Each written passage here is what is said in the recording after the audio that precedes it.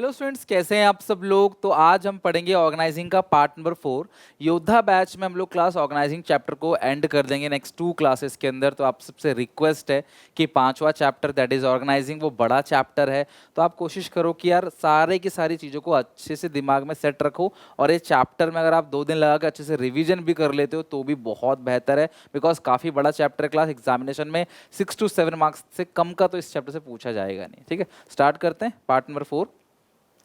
आज हम पढ़ेंगे फॉर्मल और इनफॉर्मल ऑर्गेनाइजेशन के बारे में। इससे पहले हमने फंक्शनल और डिविजनल स्ट्रक्चर के बारे में पढ़ा, और अब हम पढ़ेंगे फॉर्मल और इनफॉर्मल ऑर्गेनाइजेशन। बेसिकली नाम से पता पड़ रहा होगा, आपने बचपन में फॉर्मल लेटर और इनफॉर्मल लेटर लिखे थे, और अभी भी आप लिख रहे हो, क्लास 12th में भी आप लिखते हो। तो फॉर्मल ऑर्गेनाइजेशन किसे कहते हैं और इनफॉर्मल ऑर्गेनाइजेशन किसे कहते हैं, ध्यान से समझते हैं। When the managers are carrying organizing process, then as a result of organizing process, an organization structure is created to achieve systematic working and efficient utilization of resources। देखो, जहाँ पे काम की बात हो, अथॉरिटी की बात हो, रिलेशनशिप की बात हो, अथॉरिटी रिलेशनशिप, ठीक है, जहाँ पे बात हो रिस्पॉन्सिबिलिटी की, टास्क की, गोल की, अचीवमेंट्स की, टारगेट्स की, तो वो ऑर्गेनाइज्ड वो स्ट्रक्चर क्या कहलाता है क्लास, फॉर्मल ऑर्गेनाइजेशनल स्ट्रक्चर। साफ साफ लिखा है class, this type of structure is known as formal organisation structure. यानी वो स्ट्रक्चर जहाँ पे सिस्टमेटिक वर्किंग हो, जहाँ पे फोकस किया जाए काम पे, अथॉरिटी पे, रिस्पॉन्सिबिलिटी पे, यूटिलाइजेशन ऑफ रिसोर्सेज पे, तो वो हो गया क्लास फॉर्मल। कुल मिला के औपचारिक। ठीक है, इनफॉर्मल अनौपचारिक, जहाँ पे गपशप हंसी मजाक हो, जहाँ पे मेंटल स्ट्रेस रिलीफ मिले, उसे कहते हैं क्लास आपको informal organisational structure. If formal organisation structure class individual are assigned various job position while working at these job position individual interact with each other। देखो, यहाँ पे लोगों को काम मिलता है, लोग काम करते हैं, काम की बात करते हैं, तो एक दूसरे से इंटरेक्ट भी होंगे। तो जब एक दूसरे से इंटरेक्ट करेंगे तो हंसी मजाक भी होगा, है ना, थोड़ा सा इनफॉर्मल बातें भी होंगी जो ऑफिस वर्क से रिलेटेड नहीं होंगी, जो अलग होंगी। उस स्ट्रक्चर को हम लोग क्या बोलते हैं क्लास, इनफॉर्मल ऑर्गेनाइजेशनल स्ट्रक्चर। देखो ये लिखा है, position the individual interact which each other and develop some social and friendly groups. एक सोशल फ्रेंडली रिलेशनशिप बन जाता है। This network of social and friendly group forms another structure in organisation which is called informal organisational structure. तो organising function को जब हम perform करते हैं, ऑटोमेटिकली एक स्ट्रक्चर बन जाता है, उस स्ट्रक्चर को बोलते हैं ऑर्गेनाइजेशनल स्ट्रक्चर। उसके 2 पार्ट है, फंक्शनल और फॉर्मल और informal, and another 2 part class that is formal और इनफॉर्मल। फॉर्मल ऑर्गेनाइजेशन स्ट्रक्चर वो स्ट्रक्चर होता है जहाँ पे हम गोल्स को अचीव करने की बात करते हैं, जहाँ पे टारगेट्स की बात करते हैं, जहाँ पे अथॉरिटी रिस्पॉन्सिबिलिटी की बात होती है, जहाँ पे रिसोर्सेज के ऑप्टिमम यूटिलाइजेशन की बात होती है। उस पूरे स्ट्रक्चर को बोलते हैं फॉर्मल ऑर्गेनाइजेशनल स्ट्रक्चर। और फॉर्मल ऑर्गेनाइजेशनल स्ट्रक्चर को अचीव करने के लिए हम एक दूसरे से इंटरेक्ट करेंगे, बात करेंगे, तो अपने आप ही एक सोशल रिलेशनशिप बन जाएगा टीम मेंबर्स के बीच, लोगों के बीच। This type of structure is called informal organisational structure.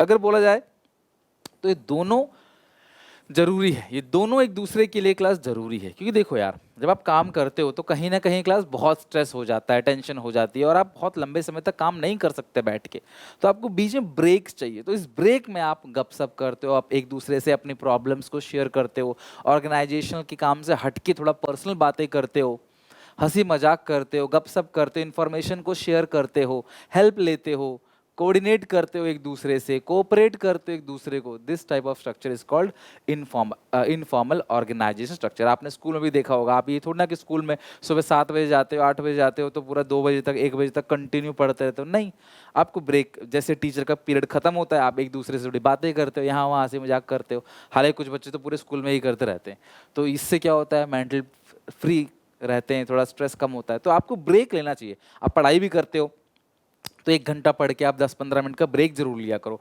उससे क्या हो, फिर जो अगला घंटा पढ़ोगे ना, वो और बेस्ट, एकदम इफेक्टिव तरीके से पढ़ पाओगे आप, राइट। नेक्स्ट, अब ये जो फॉर्मल स्ट्रक्चर है उसके कुछ एडवांटेजेस और डिसएडवांटेजेस हैं, और जो इनफॉर्मल स्ट्रक्चर है उसके भी कुछ एडवांटेज डिसएडवांटेज है, हम ये अच्छे से पढ़ेंगे, ठीक है। सो एडवांटेज ऑफ फॉर्मल स्ट्रक्चर का एडवांटेज क्या है? सबसे पहला सिस्टमेटिक वर्किंग, काम सिस्टमेटिक तरीके से हो जाता है। सिस्टमेटिक वर्किंग का सिंपल सा मतलब है क्योंकि इसके अंदर अथॉरिटी रिलेशनशिप होता है। अथॉरिटी, जिसके पास कम अथॉरिटी है वो ऊपर वाले को रिपोर्ट करेगा, फिर वो उसके ऊपर वाले को रिपोर्ट करेगा। तो यहाँ पे काम सिस्टमेटिक तरीके से होता है बिकॉज यहाँ फोकस पूरे का पूरा एम्फोसिस काम पे ही होता है। Follow scalar chain. Scalar chain आपने पढ़ा होगा क्लास हेनरी फ्योल के प्रिंसिपल में। ये स्केलर चेन होता है, line by line class information pass होनी चाहिए। तो फॉर्मल ऑर्गेनाइजेशनल स्ट्रक्चर होता है उसमें इंफॉर्मेशन लाइन बाय लाइन पास होती है। ऑर्गेनाइजेशन का गोल आप आसानी से अचीव कर सकते हो। It helps in achieving organisation goal. अगला है कोऑर्डिनेट। जब देखो सीधी सी बात है, फॉर्मल में भी तो आप कहीं ना कहीं कोऑर्डिनेट करोगे ना, हालांकि इनफॉर्मल में बहुत ज़्यादा होता है, बट फॉर्मल में भी आप जिससे काम ले रहे हो और जिसको काम दोगे आपको उनसे बात तो करना पड़ेगा ना। मैं आपको पढ़ा रहा हूँ तो मैं आपसे बात करूंगा, आप मेरे से बात करोगे। This is called coordination. लेकिन हाँ, ज़्यादा ध्यान काम पे दिया जाता है और ये मेरिट है, ये एडवांटेजेस है। ठीक है भाई, काम अल्टीमेटली काम ही चाहिए ना भाई। आप स्कूल में पीरियड के ब्रेक्स में या फिर क्लास में कभी मौका आपको मिलता है, आप दूसरे से बात करते हो। लेकिन ये थोड़ी होगी पढ़ाई छोड़ दो बातें ही करते रहो, फिर तो फेल हो जाओगे, फिर तो कोई पर्पज ही नहीं स्कूल जाने का। तो मोर एम्फेसिस ऑन वर्क, यानी काम पे ज़्यादा ध्यान दिया जाता है। लेकिन साथ ही इसके कुछ ये एडवांटेजेस है। ये सारे पॉइंट हमने पढ़ लिए। सिस्टमेटिक वर्किंग हो गया, follow scalar chain, achievement of organisation goal, coordination हो गया, मोर एम्फेसिस ऑन वर्क। अब इसके डिसएडवांटेजेस भी हैं, कुछ नुकसान, कुछ घाटा भी है इसका। क्या? Delay in action. अब देखो, जहां भी स्केलर चेन फॉलो होगा, जहां भी स्केलर चेन फॉलो होगा तो वहां पे क्या होगा? इंफॉर्मेशन जो डिसीजन मेकिंग है उसमें देरी होगी। सीधी सी बात है, जहां भी स्केलर चेन फॉलो होगा, इंफॉर्मेशन लाइन बाय लाइन पहुंचेगी, तो भैया कहीं ना कहीं क्लास डिसीजन मेकिंग में देरी होगी। ये पहला घाटा है। दूसरा, मोर एम्फेसिस ऑन वर्क। भाई देखो, ज्यादा काम पे ध्यान दोगे तो यार इंसान बहुत लंबे समय तक काम कर नहीं पाएगा, समझ रहे हो? और फिर क्या होगा? उसका पोटेंशियल डाउन हो जाएगा, उसका डिसीजन मेकिंग खराब हो जाएगा। तो क्लास आपको ब्रेक देना चाहिए। ज़्यादा ध्यान काम पे, ठीक है, वो ग्रेटर होना चाहिए, बट ये नहीं कि सिर्फ काम पे ध्यान देते रहो। Ignore social need of employee. Employee की सोशल नीड को इग्नोर करता है। फॉर्मल में काम की बातें चल रही हैं बस, ठीक है, तो सोशल नीड भी इग्नोर हो रही है। भाई एम्प्लॉय भी चाहते हैं गपशप करना, एक friendly natural love affection relationship maintain करना। तो सोशल नीड तो बहुत जरूरी है वर्कर की, वो पूरी होनी चाहिए, नहीं तो वो अच्छे से काम नहीं कर पाएगा, स्पेशली आजकल के ज़माने में। तो फॉर्मल उसको इग्नोर करता है। No correct feedback. Formal organisation में फीडबैक जो है वो आपको करेक्ट नहीं मिलता है। क्यों? अब आपका टीचर मान लो आपको पढ़ा रहा है, कोई सख्त टीचर है जो सिर्फ पढ़ाता ही रहता है दिन भर, वो जब भी आएगा पढ़ाएगा, आपसे घुलता मिलता ज़्यादा नहीं है, अपना मेंटेन करके रखता है डिस्टेंस, ठीक है। तो अगर उसने आपको पढ़ाया, आपको पता है कि अगर मैं बोलूँगा मुझे समझ नहीं आया तो मे बी ये मुझे पुरानी 4 चीज़ें और पूछ ले, तू कल छुट्टी पे क्यों था, ये पूछ ले, तेरी पूरी हिस्ट्री खंगाल ले, तुझे बेइज्जती करे तेरी, तो भैया इससे अच्छा समझ आ गया तो हाँ सर समझ आ गया, बिल्कुल आप ऐसे कहते हो जैसे आप बहुत बड़े पढ़ाकू, होता है ना कई बार। और जो टीचर थोड़ा बहुत आपसे गपशप भी करता है, थोड़ा इनफॉर्मल रिलेशनशिप भी आपसे मेंटेन करता है, ठीक है, तो आप वो पूछेगा आपको तो मे बी आप सही बोलो, चलो उस टीचर की छोड़ो, दोस्त आपको पूछेगा कि भाई तेरे को सच में समझ आ गया, तूने मुंडी हिलाई थी? अब नहीं यार, घंटा भी कुछ समझ नहीं आया यार, कुछ भी समझ नहीं आता, बट हाँ मैंने बोल दिया, भाई कौन बहस करे टीचर से यार, जो भी आपका रीज़न है। तो यार फॉर्मल में कई बार फीडबैक जो है वो करेक्ट नहीं मिलता है ना। आपका दोस्त आपसे पूछेगा समझ आ गया तो आप बोल दोगे। जैसे यूट्यूब पे क्या होता है, बच्चा फीडबैक करेक्ट दे देता है, पता है भैया टीचर क्या ही बिगाड़ लेगा मेरा, लेकिन फेस टू फेस में पता है टीचर डंडा लेके मारेगा मुझे कि तू ये छोड़, तुझे ये समझ नहीं आया, इससे तू ये बता तुझे पुराना चैप्टर आता है कि नहीं, ये बता, तू कल स्कूल क्यों नहीं आया था, तू मुझसे ट्यूशन क्यों नहीं पढ़ता है, अपने ट्यूशन वाले मास्टर से जाकर समझ ले। बहुत सारी दिक्कतें होती हैं, तो फीडबैक करेक्ट जो है वो नहीं मिलता फॉर्मल में, ये घाटा है। अब इनफॉर्मल ऑर्गेनाइजेशन स्ट्रक्चर, इसके अंदर फीडबैक बहुत अच्छा मिलता है। फॉर्मल का जो मेरिट है वो इनफॉर्मल का डीमेरिट है, फॉर्मल का डीमेरिट इनफॉर्मल का मेरिट है। तो इनफॉर्मल ऑर्गेनाइजेशन, उसका मेरिट क्या है? सबसे पहला फास्ट कम्युनिकेशन। इनफॉर्मल ऑर्गेनाइजेशन में कम्युनिकेशन बहुत फास्ट होता है। क्यों? भाई आग की तरह इंफॉर्मेशन फैलती है, आप किसी को भी बता देते हो, जिससे आप जो ग्रुप में आप बात कर रहे हो, आप किसी से भी कोई भी इंफॉर्मेशन शेयर कर देते हो फिल्टर डाल के उसमें, मतलब समझ रहे हो ना फिल्टर का मतलब क्या है? कुछ बना के, कुछ घटा के। फुलफिल सोशल नीड, उसमें फुलफिल सोशल नीड नहीं था, यहाँ पे है। वहाँ पे फीडबैक करेक्ट नहीं था, यहाँ पे करेक्ट फीडबैक है। और यहाँ पे भी क्लास कोऑर्डिनेशन, ये कॉमन है, कोऑर्डिनेशन तो हर जगह होगा। देखो फॉर्मल में भी कोऑर्डिनेशन होगा, बातचीत तो करोगे ही ना, ऐसे तो ना बातचीत नहीं करोगे। तो यहाँ पे आप लिख सकते हो बेटर कोऑर्डिनेशन, ये भी लिख सकते हो बेटर कोऑर्डिनेशन। कि भाई और बेहतर तरीके से कोऑर्डिनेट हो जाता है। दोस्त से मिलते हो तो गपशप वपशप अच्छे से हो जाता है। टीचर से आप शायद इतनी बातें ना करते हो।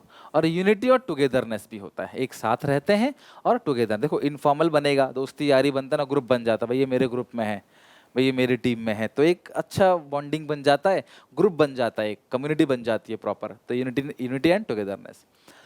साथ में कुछ डिसएडवांटेजेस भी हैं, इसके कुछ नुकसान भी है, घाटा भी है। सबसे पहला स्प्रेड र्यूमर्स। इनफॉर्मल में एक प्रॉब्लम ये है कि भाई अफवाहें बहुत फैलती हैं, झूठ मूठ कुछ भी अफवाहें फैला दी जाती है। र्यूमर्स इनफॉर्मल में बहुत ज़्यादा फैलते हैं, एक डीमेरिट है। अगला नो सिस्टमेटिक वर्किंग। भाई फॉर्मल ऑर्गेनाइजेशन में एडवांटेज क्या था? Systematic working. इनफॉर्मल ऑर्गेनाइजेशन में प्रॉब्लम यही है क्लास की, डिसएडवांटेज कि भाई सिस्टमेटिक वर्किंग है ही नहीं, सिस्टमेटिक तरीके से काम नहीं होता इनफॉर्मल रिलेशनशिप में। और बहुत ज़्यादा अगर आप गपशप करोगे, बहुत ज़्यादा इनफॉर्मल रहोगे, तो भाई नेगेटिव रिजल्ट। अब कोई टीचर बच्चों से हंस खेल के थोड़ा बोल लेता है ताकि बच्चों को अच्छे समझ आ जाए, बच्चे अपना समझें, बच्चे डाउट्स पूछ लें, बच्चे करेक्ट फीडबैक दें। लेकिन अब इतना ज़्यादा घुल मिल गया कि उसकी बात ही नहीं मान रहे बच्चे। वो अगर आप पढ़ लो तो बच्चा हंसी मजाक कर रहा है, पढ़ ही नहीं रहा, वो डरा रहा है, बच्चा डर नहीं रहा। तो ऐसा भी नहीं होना चाहिए। इससे क्या होगा? नेगेटिव रिजल्ट भी आ सकता है। ठीक है, मे रिपीट हो गया क्लास, सॉरी, हो गया class, may bring negative result. तो ये है class disadvantages of informal organisation. इसके अलावा एक पॉइंट और, ये तो रिपीट हो गया ना, इसके अलावा एक पॉइंट और आप सबसे कमेंट सेक्शन में मुझे जानना है। आप दिमाग लगाओ, सोचो कि इनफॉर्मल ऑर्गेनाइजेशन जहाँ गपशप होता है, फ्रेंडली रिलेशनशिप होता है, उसका एक और नुकसान क्या है? नेगेटिव रिजल्ट आ जाता है, और स्प्रेड र्यूमर, नो सिस्टमेटिक। तो आप एक पॉइंट और क्या लिख सकते हो? Organisation goal may not be achieve. आप लिख सकते हो क्या? ऑर्गेनाइजेशन, लिख लो fourth point, organisation goal may not be achieve. ठीक है, क्या पता ऑर्गेनाइजेशन गोल ही अचीव ना हो, ऐसा हो सकता है ना भाई, सिर्फ इनफॉर्मल करोगे तो गोल अचीव नहीं होगा। नो एम्प्लॉयज डेवलपमेंट, एम्प्लॉयज का डेवलपमेंट भी नहीं होगा। नो डेवलपमेंट ऑफ वर्कर्स, यहाँ पे ये भी लिख सकते हो।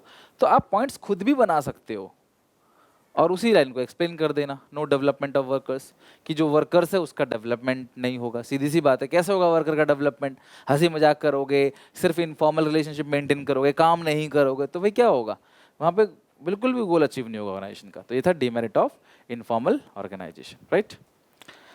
तो फॉर्मल इनफॉर्मल ऑर्गेनाइजेशन क्या है, उसके बाद उसके मेरिट डीमेरिट, इनफॉर्मल के मेरिट डीमेरिट, यहाँ तक हम लोगों ने अच्छे से कर लिया है। अगली क्लास में हम पढ़ेंगे delegation of authority, then decentralisation of authority, sorry delegation of, हाँ डेलीगेशन और डिसेंट्रलाइजेशन, ये दो टॉपिक रह रहा है बस, बाकी हमने सब कुछ कर लिया। तो यहाँ तक अच्छे से पढ़ के समझ के आना, और मिलते हैं नेक्स्ट क्लास में। Till then take care, bye bye, God bless you.